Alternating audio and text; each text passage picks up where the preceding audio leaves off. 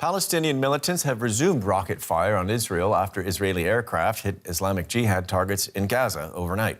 It's the fifth day of fighting that has claimed at least 30 lives, all but one of them Palestinian. The Palestinian Health Ministry also says an Israeli raid has killed 2 Palestinians in the West Bank. Egypt is pressing ahead with mediation efforts for Gaza, but a truce remains elusive. Rescuers rushed the injured from the scene of another Israeli strike on Gaza City.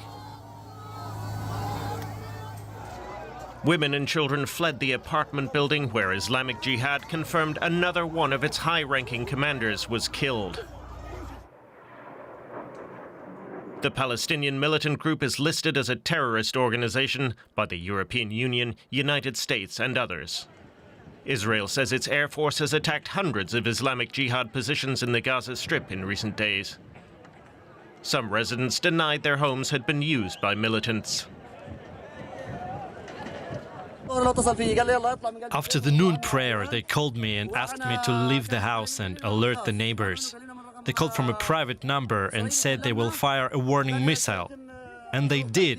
5 minutes later, the warplane struck, as you can see. Much of the Gaza Strip has been deserted and shops have been closed for days as residents seek shelter.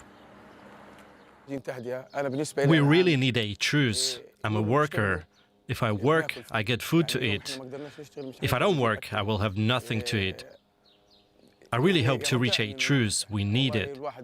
The airstrikes and bombing are terrifying.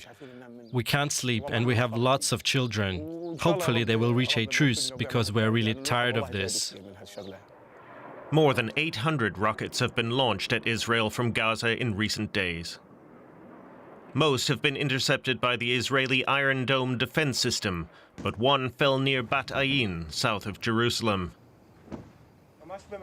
In another strike on Thursday, an Israeli man was killed in Rehovot, a town near Tel Aviv. International pressure has so far failed to produce a truce. But Egypt, a frequent mediator between the sides, is continuing its efforts to bring about a ceasefire. And for more on this, we're going to talk now to DW's Rebecca Ritters in the Israeli city of Ashkelon, close to the Israel-Gaza border. Rebecca, what's happened this morning? Well, after a pretty quiet night, Nick, around 5 a.m. this morning, the sirens started up where we were. We're in Ashkelon. We're just a few kilometers from the Gaza border.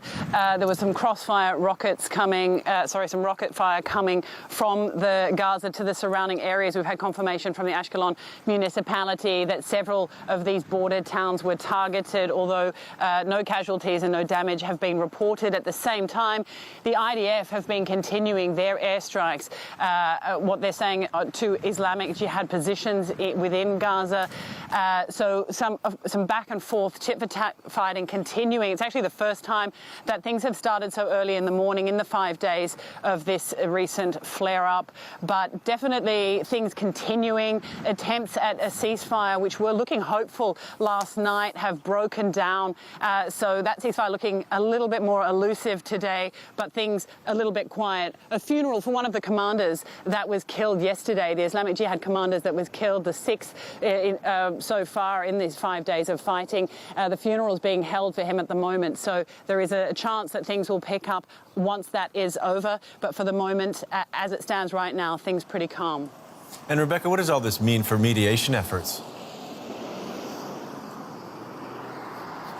Well, as I mentioned, the ceasefire talks were looking pretty hopeful last night, or some cautious optimism, I should say. They're being led by Egypt. They started pretty much as soon as these hostilities flared up again on Tuesday, and they have had moments of up and down. There were a time on Wednesday where we thought that there might be a breakthrough, and again yesterday both sides were handed a fresh agreement, and they were being asked to look at that agreement. Now the sticking point still is Islamic Jihad saying they're not going to agree to a ceasefire unless Israel promise to stop the targeted killings of their top commanders. Now, that's something that so far Israel are not agreeing to. So we have, a sticking point there, and the ceasefire talks continuing today, but not finding any middle ground so far. Okay, thanks, Rebecca. DW's Rebecca Ritters for us in the Israeli city of Ashkelon. The conflict between Israel and Palestinian militants continues to escalate as Palestinian militants resume their rocket attacks towards Israel. In response to these attacks, Israeli airstrikes specifically targeting Islamic Jihad in Gaza took place overnight. Despite these measures, the violence persists, leading to an unfortunate loss of lives. Tragically, the casualties have primarily been Palestinian, with at least 30 individuals reported dead.